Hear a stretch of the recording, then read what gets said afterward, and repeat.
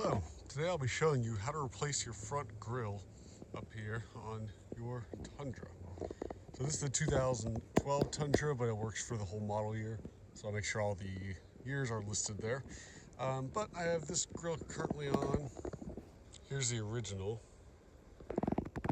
And here's what I'm going to. It has a matte black center rather than a shiny painted black center. To start, we have to go into the driver's side door and pop the hood. So we'll just pull this latch right here. If you come around to the hood and go under this logo, there'll be a latch here. You just got to lift it up with your fingers, which will unlock the rest of the hood. Let it go and rise using these hydraulic cylinders. Now it should be locked open for you. Full disclosure, that took about 8 different takes because when I first replaced this grille, I broke this little piece that holds this guy in here. It's a little like 90-degree bend kind of thing. There's one on each end to hold it into the place. So I got some replacements here. I'll replace that later. I start with unbolting this hood latch first. So all it's going to take is some Phillips head screws for these 2 holes.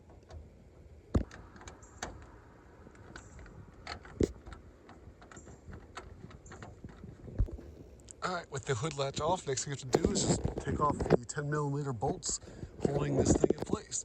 So just kind of go around the edge here, and there'll be a couple along the sides and the top.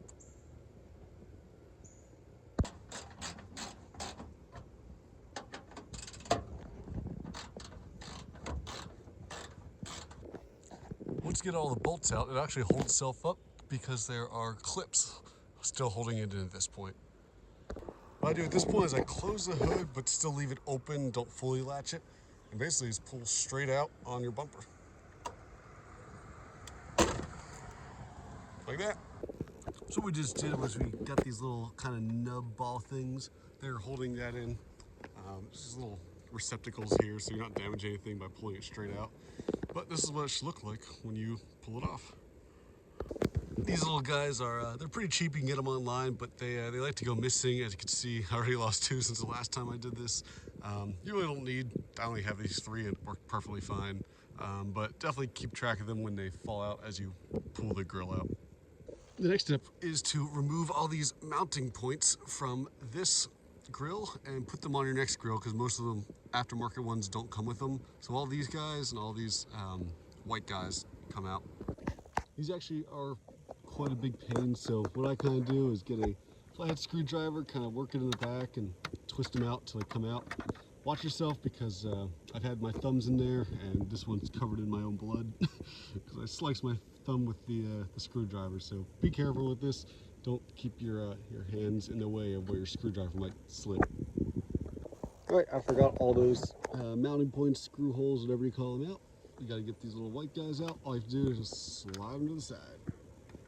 Same thing with the corner white pieces, they all just slide out to the side. This whole bottom bar has a bunch of screw holes and just a bunch of little tiny Phillips screws. So I'll just unscrew those. Upon removing the bottom level here, we have revealed some more of these mounting points. So remove those and we'll remount them on the other grille. Here we are on the new grille. Remounting is the easiest part. We just slide everything back to where we took it off from. Got all the hardware, at least what I have left, all mounted up. Now I'll put the bottom bumper back on.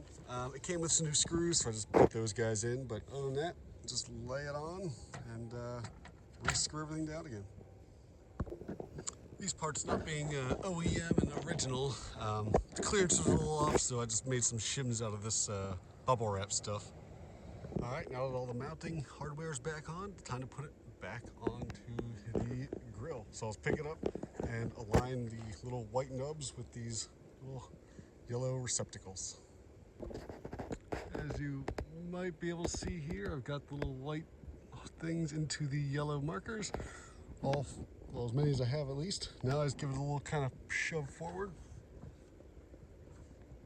You can start to hear them click in.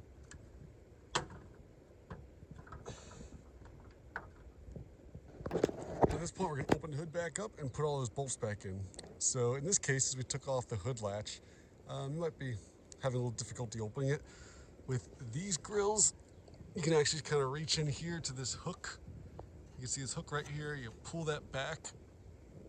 So you see I can move a little bit there and lift it up. And just like that.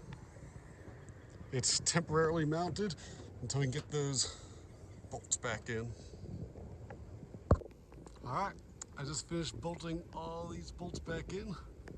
So the next step is to put the hood latch back on. So same order reverse here, just put these up to these screw holes that are built into the grille and just screw them in. All right, just got that all mounted back up and replaced the little clip on the end. So that's a nice shiny new retainer clip there. Let's close her up and see how she looks.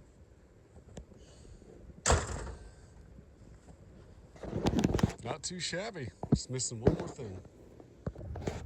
If you're taking your Toyota emblem off of the original chromed out grill here, it's actually going to be 2 little tiny screws you have to get. They're very difficult to get. One actually snapped off in the process, so see there's the remaining one, the other one actually snapped off there. Once you get those out, it's a lot easier. All you do is just grab this guy, line up all these little pinholes where they go, and press it in. And there you have it, brand new grill installed on our Tundra.